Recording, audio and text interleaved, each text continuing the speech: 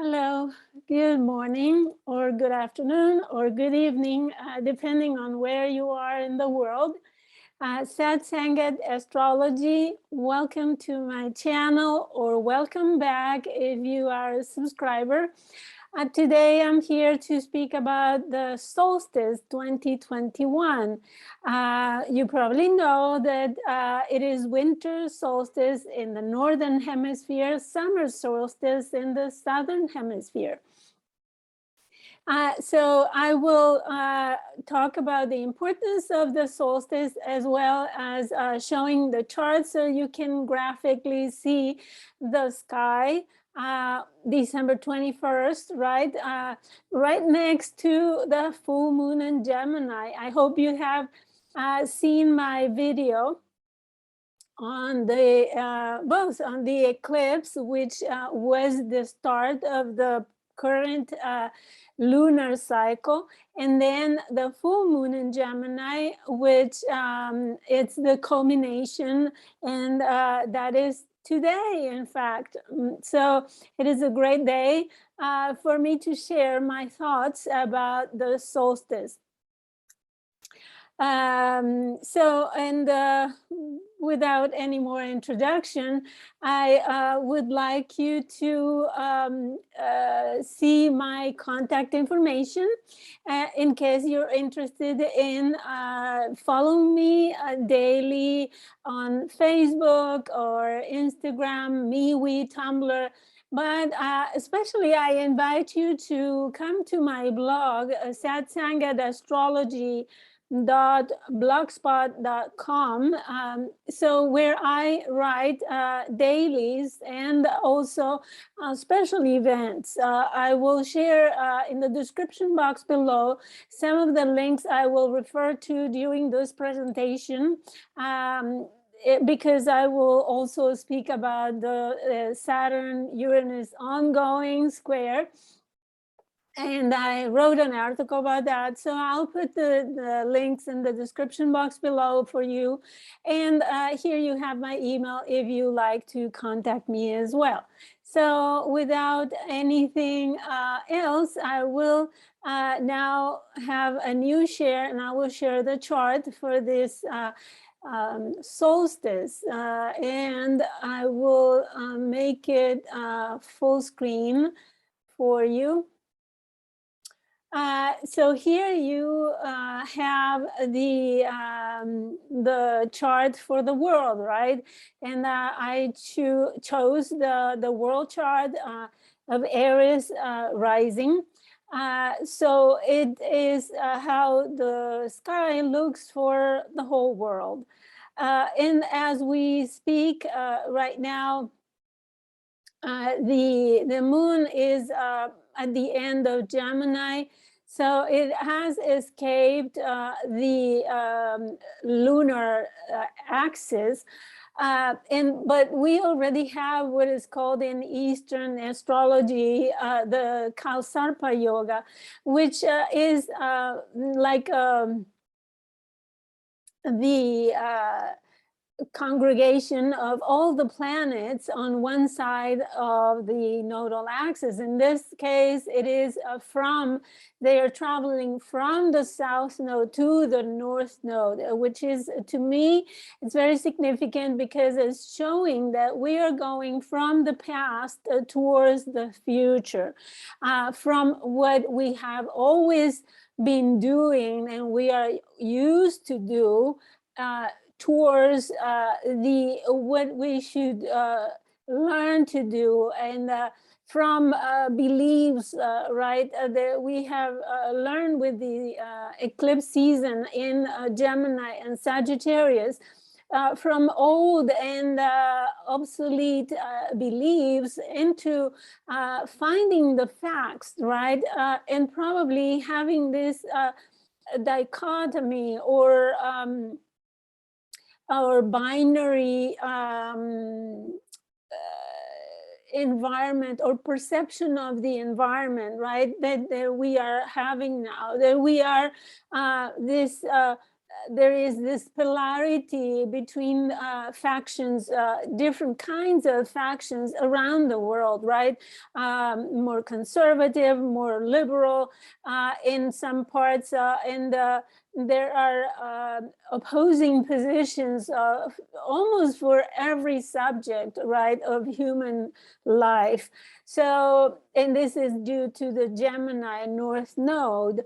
However, it's helping us to find information, to learn facts, to analyze data. And based on those facts, leave behind the beliefs. So I think the plan is going from the south node to the north node, are all working on helping us change and transform those assumptions that we have, and that there were obsolete on one way, they are not useful anymore, or they were just squarely wrong, right? And find out new information that can build up new beliefs and new belief systems. This applies to all areas of human life, right? So for this chart in particular, which is the chart of the solstice, it is cardinal by far. I mean, 11 points of cardinal energy and 7 points of earth. So it is overwhelmingly indicating radical, right, cardinal, radical changes in the material plane. So physical changes or the changes, radical changes of our physical reality. And you can count on that, starting with the values, with the resources, the financial reality, etc. Everything that is tangible has a radical change with this solstice.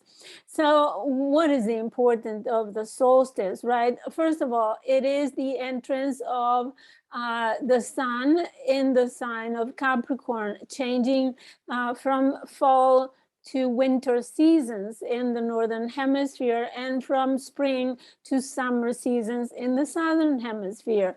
So it is also the last quarter of the zodiac. If you take a look, these are the 3 final signs of the zodiac. So the sun is ending, or closing his own cycle. And throughout these signs, we will be going more into the society, right? Society and Capricorn, the collective. So Capricorn is more the structures of society, and then Aquarius is the collective, and Pisces is the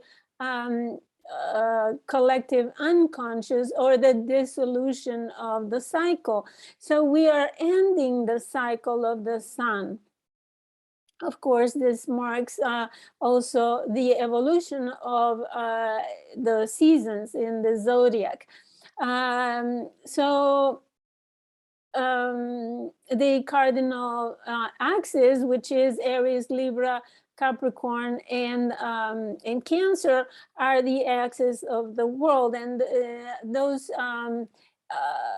points, 0 point of those signs are crucial for the changes. As I said, they mean changes in the sun cycle, but as well in our life. They indicate changes in the way we do things, following the seasons, right? And this is ingrained in our human DNA since the night of times. And also we know that the angles have a very stronger power in the zodiac because they attract energy.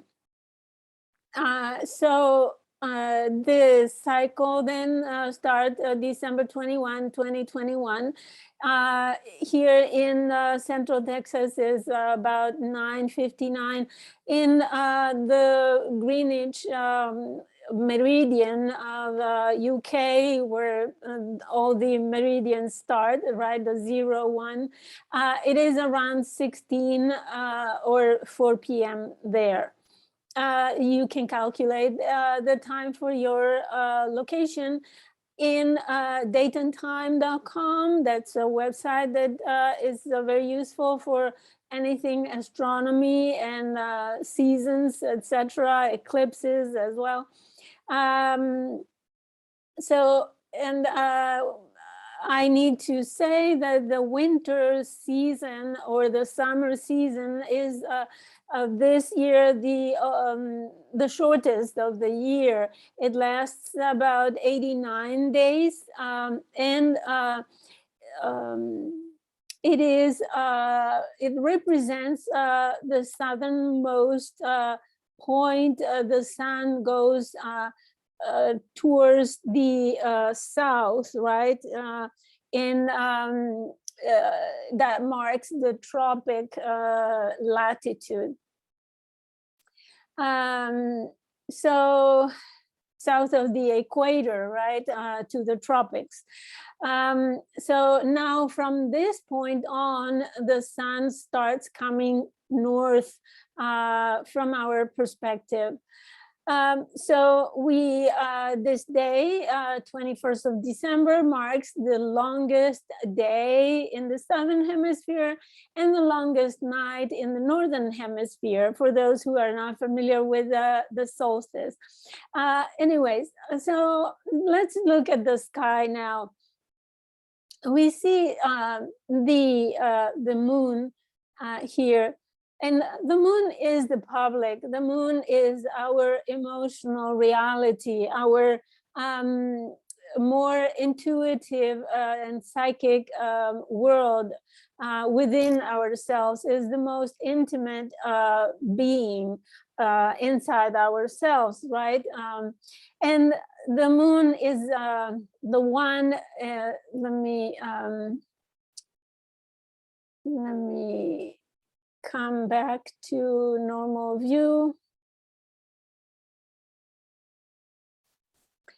Okay, so I can show you here. I'm not sure if you see it, but let me do a new share. Yeah, here it is.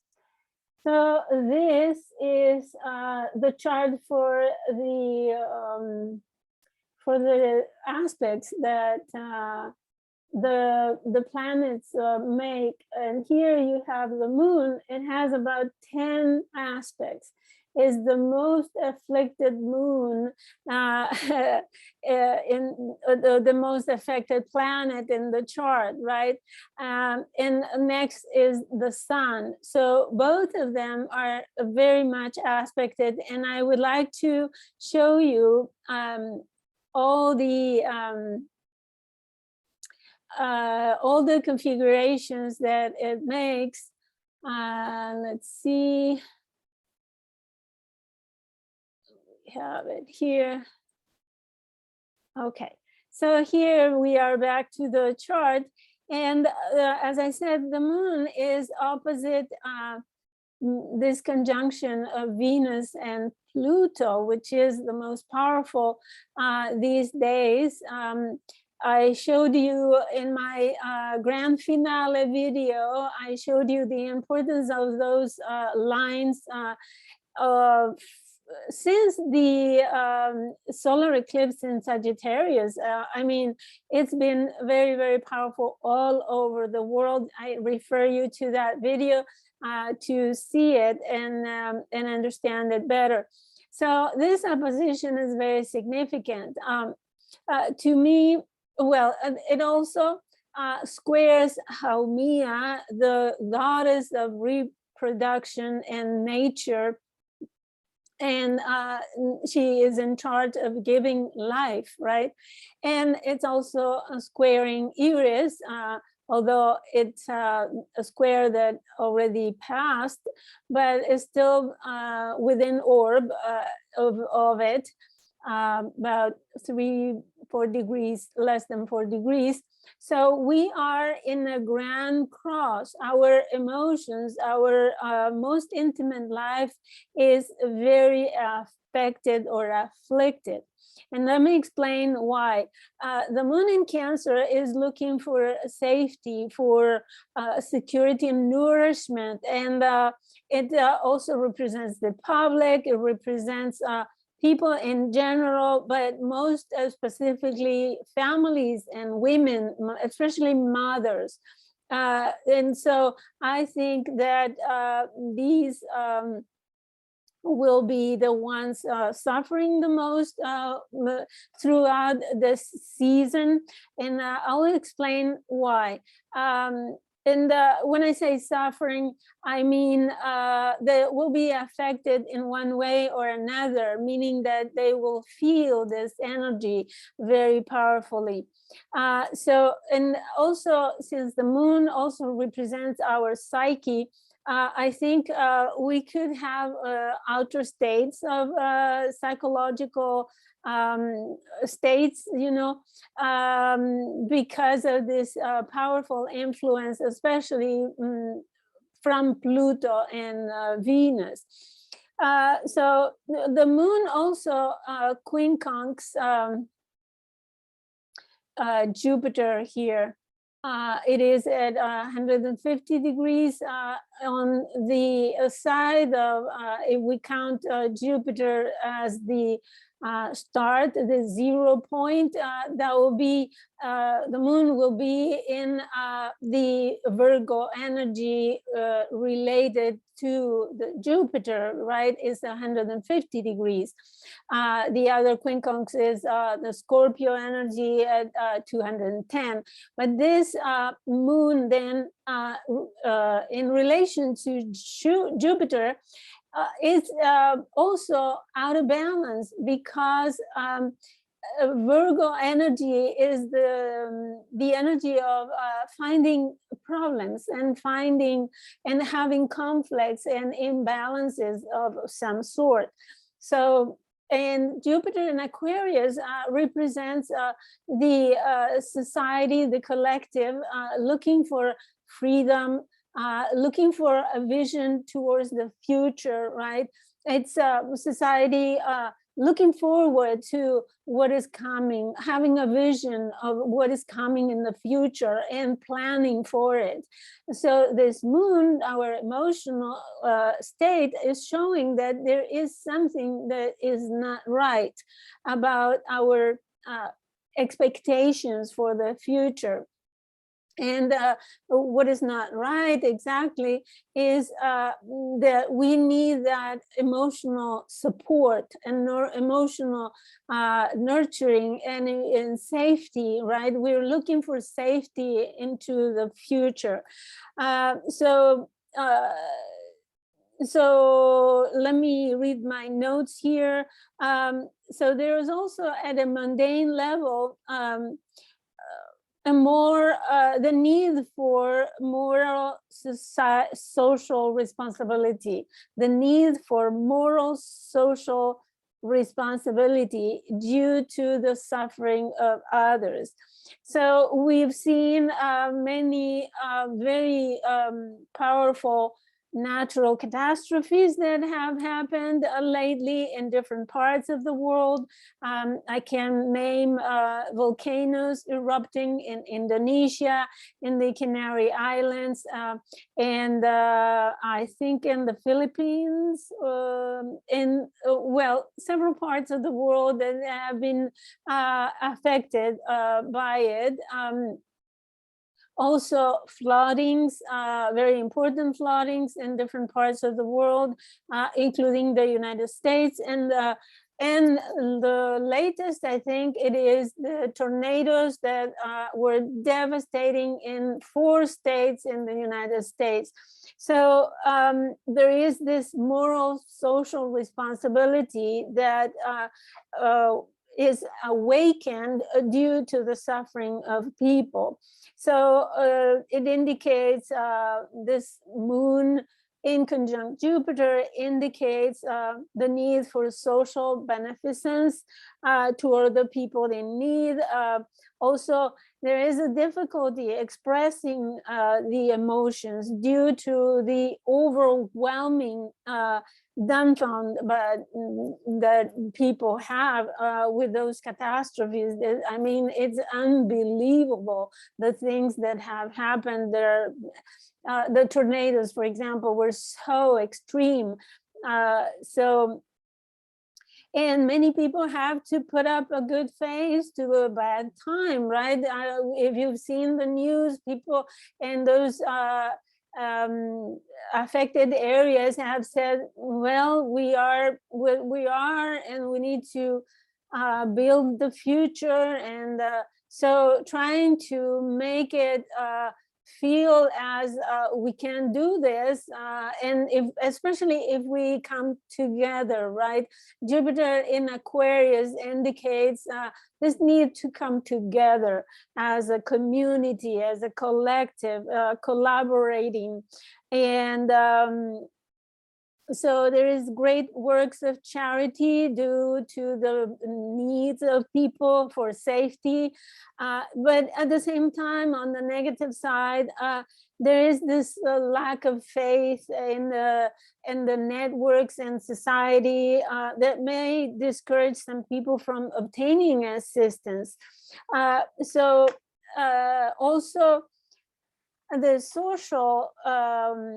the social support or community support may be insufficient at a time when the needs are so extreme, right?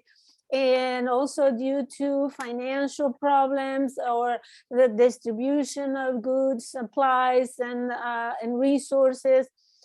Another thing to consider with this moon is that it is out of bounds. And it's extremely out of bounds. Let me show you. Declination is 24 degrees 58 minutes. And it's counter-parallel to Mercury. Mercury is also out of bounds by minus 2501. So the moon and Mercury are not only opposed by several degrees, but they are counter-parallel, which is similar to the opposition. So here we have our emotions opposing or challenged by our mind. So this is a good indicator that we need to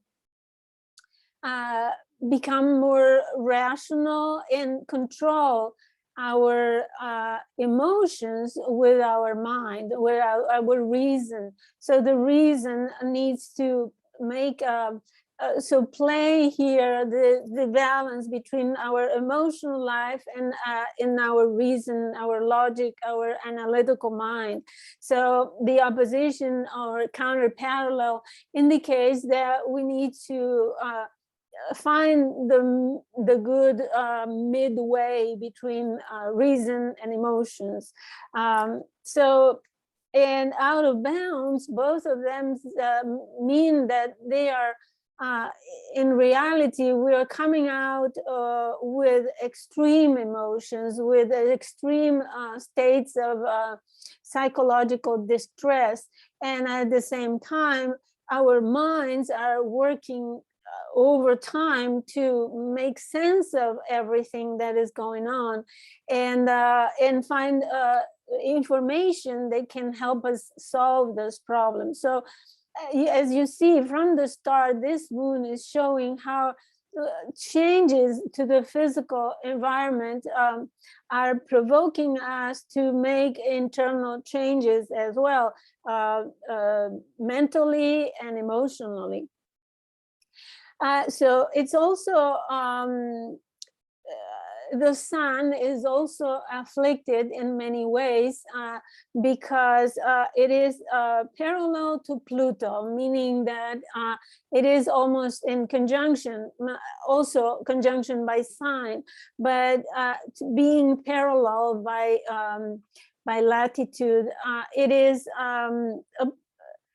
it makes this sun very powerful. And the sun represents your vitality, your core essence. But in the mundane level, it represents authority, especially in Capricorn. It can represent the maximum authority, the head of states. And I think those authorities are taking more power now because of this parallel with Pluto. And they may act more undercover, secretly, and being also manipulative, and having an extra energy for activity that for creative activity, meaning that those authorities are demanded to be more creative in giving solutions for the structures of society, Capricorn, right? In the works of the governmental institutions and the works of them. So at the same time, you personally may have more of a drive, right? More of a core creative drive in order to cope with any situation that you need to face. So this sun is empowered by Pluto, and it is empowered. So you are empowered for finding creative solutions in your life. But at the same time, you may work in a quiet way, meaning that you may not express openly what you are doing, because Pluto always keeps things under, you know, and it could be obsessive at the same time, so that you become obsessive about solving problems, finding security, finding the resources, the structures in society that can help you achieve your goals and ambitions. So there is also yod formed by the moon, the sun, and Ceres. Ceres is with the north node. So Ceres and Taurus, especially at the end of the sign, the critical degree, I mean the very end, except that it's retrograde, so it's coming back over. But it's at the end degree of Taurus. Ceres is the planet that represents symbolically the nourishment.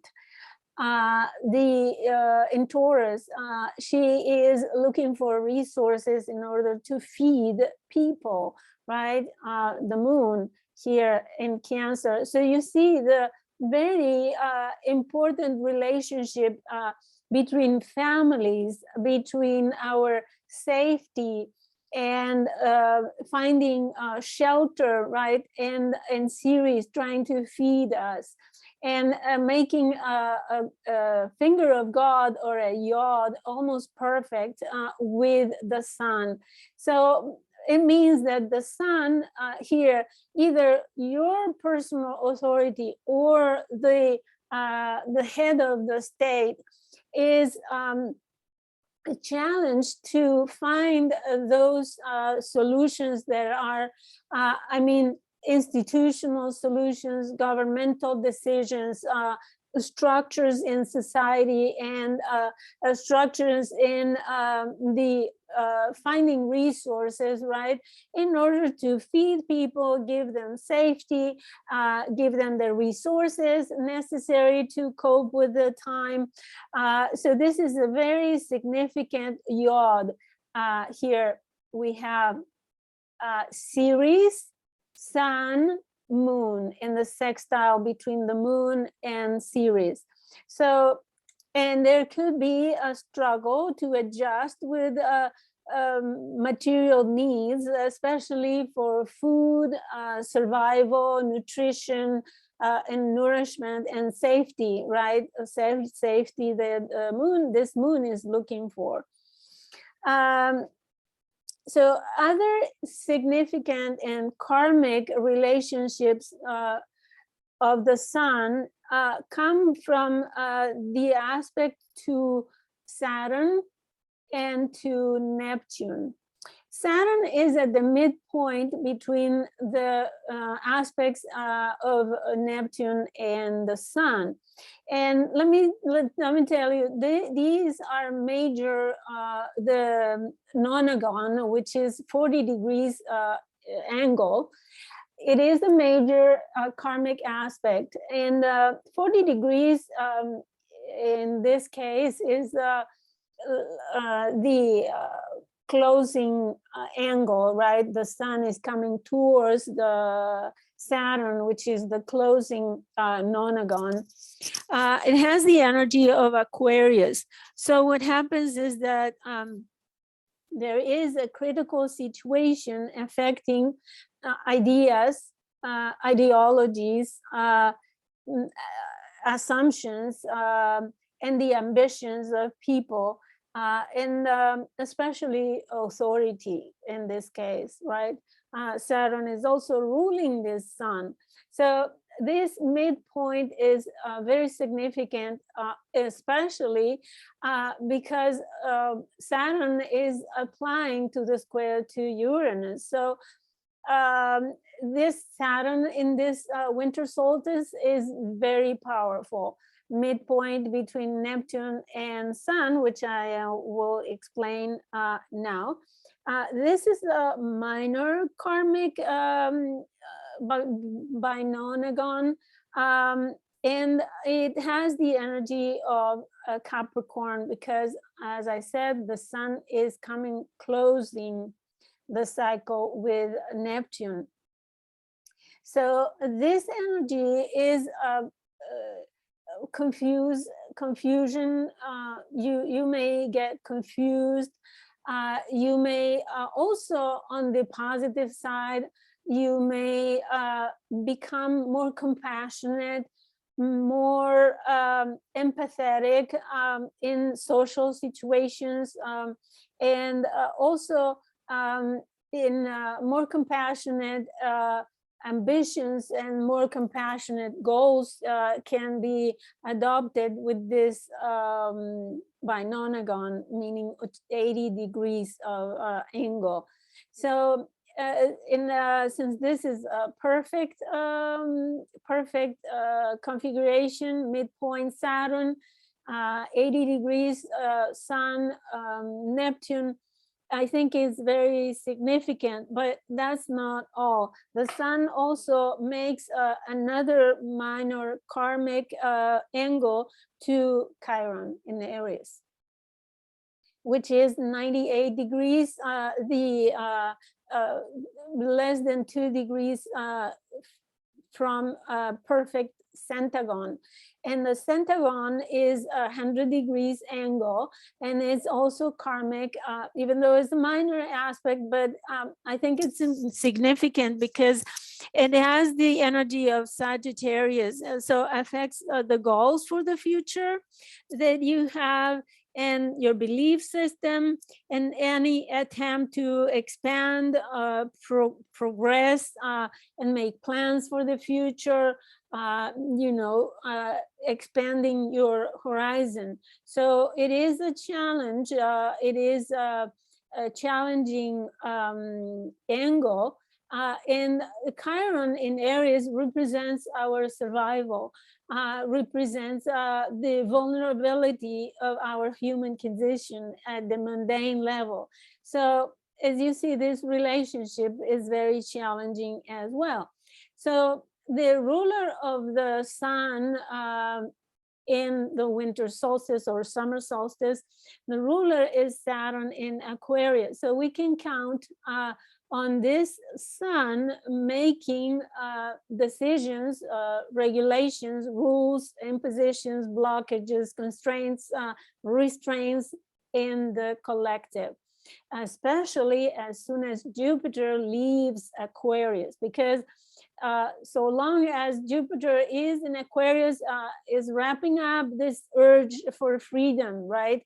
But as I said, it is hindered by this moon in the Virgoan kind of energy, conflictive.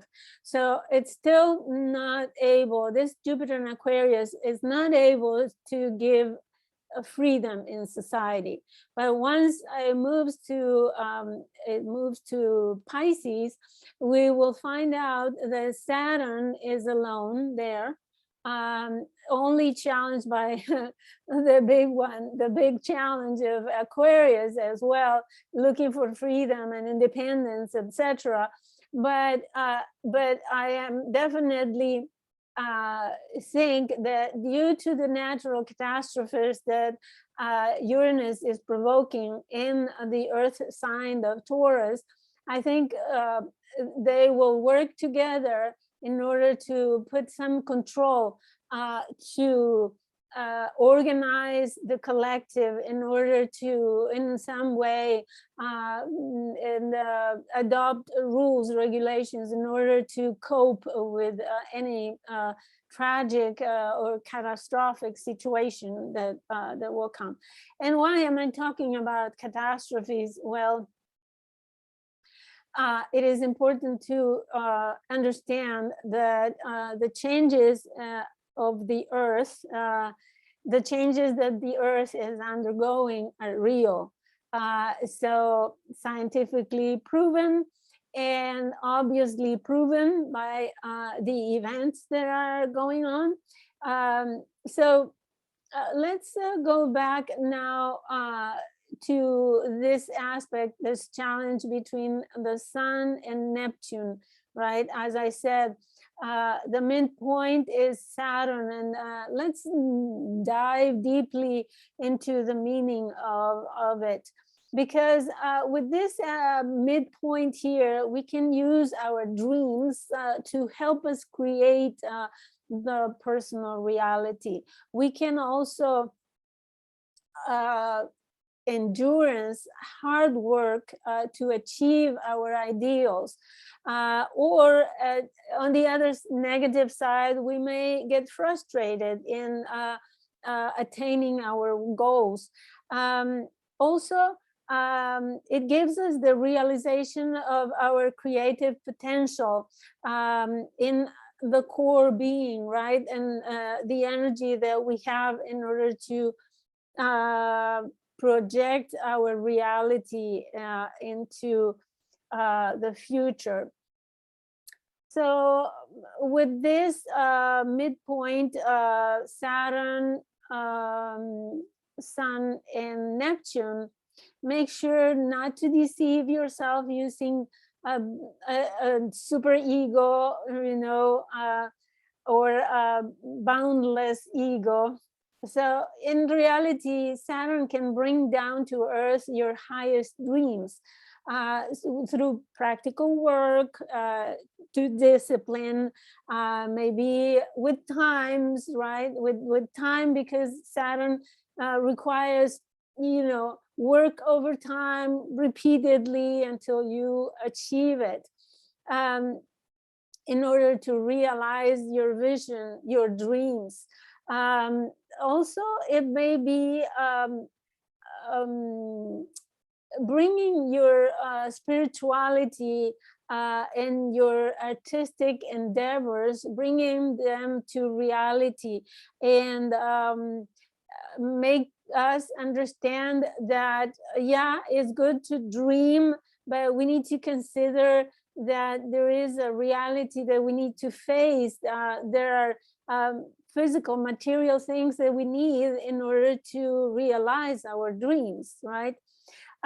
So another thing that I like to point out is Chiron at 8 degrees. Chiron is stationary, direct almost. It's been in the 8 degrees since November 14, 2021, and it will be at the 8 degree mark until January 23rd, 2022. It means that it's more than 2 months at the same degree. I think it's drilling down the 8 degrees, and let me tell you the history of it, because Venus start point in Aries let me see the date, March 25, I think, 2021. Venus joined the Sun and Chiron at 5 degrees of Aries, and a couple of days later, Venus joined Chiron and the Sun at 8 degrees.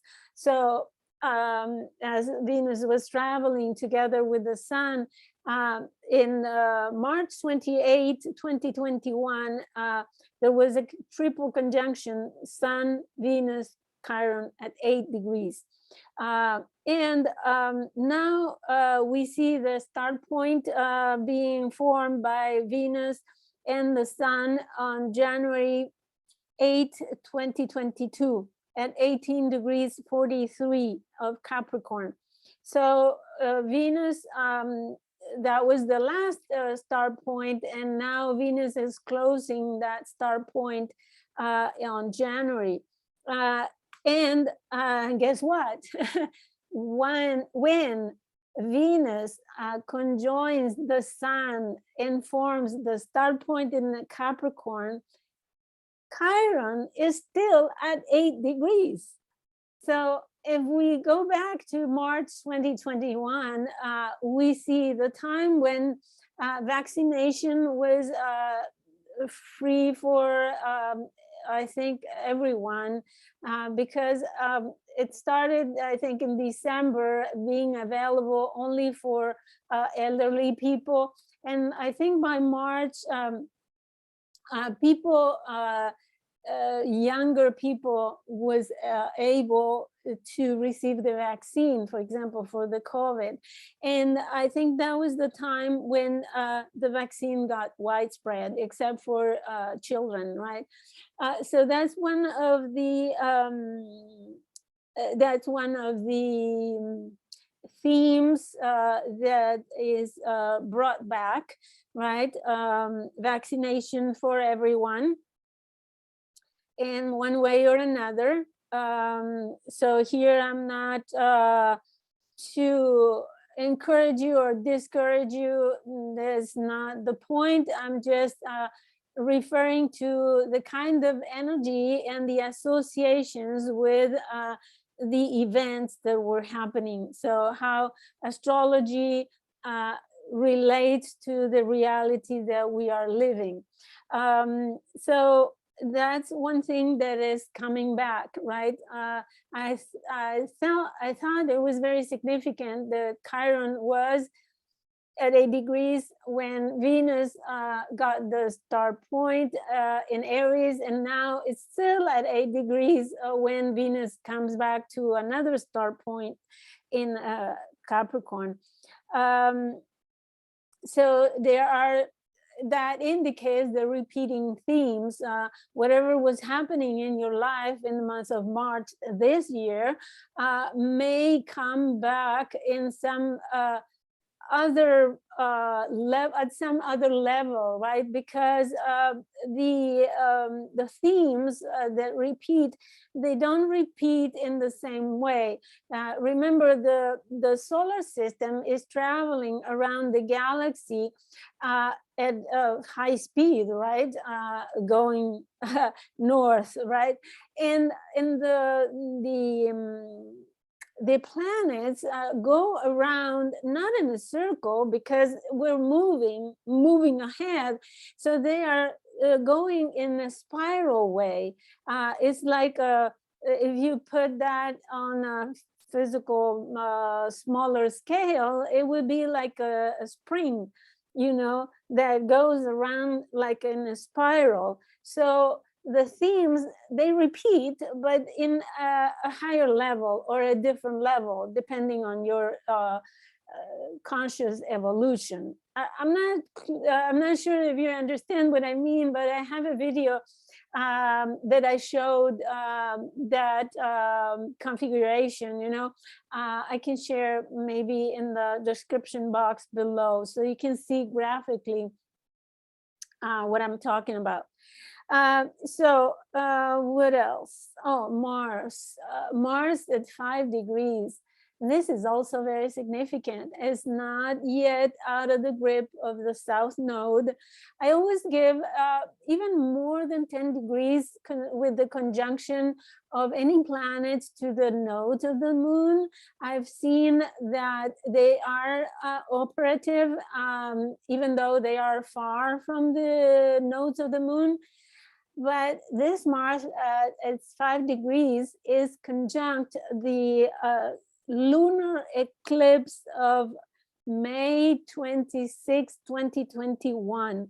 It happened at 5 degrees of Sagittarius and 26 minutes. So it is barely passing that mark. So Mars is activating the lunar eclipse from the spring this year. And again, those are themes that are coming back to the table in one way or another. And see in your life what was happening during that eclipse. Mars will have you work on it. So the activation Mars gives is that you start activities that will make a reality what was coming up with the lunar eclipse back then. So if you keep a journal or an astrology journal and can refer to what happened May 26th, you can review that and see if it is coming back to your life. So I think that is a thorough analysis. I mean, it's very significant, the position of the moon in this chart. I think your emotional life will be profoundly affected in one way or another. And I think this solstice will be very significant for everyone around the world. And I wish you a happy solstice, whatever you do for it. If you participate in celebration or ceremony or meditation or retreat, it is a good time for a retreat. It is a good time to meditate on it. It is, as I said, a cardinal point. It is a point where something will shift in your life. So make sure that you find the house and also the house position. And if any of the positions of the planets touches your natal planets or your progress chart of something, you can have a consultation with your favorite astrologer. And thank you for watching. I wish you the best, and I'll see you next time. Thank you for watching, and please subscribe and hit the bell so you get notified when I publish another video. So, and happy holidays to all. Bye.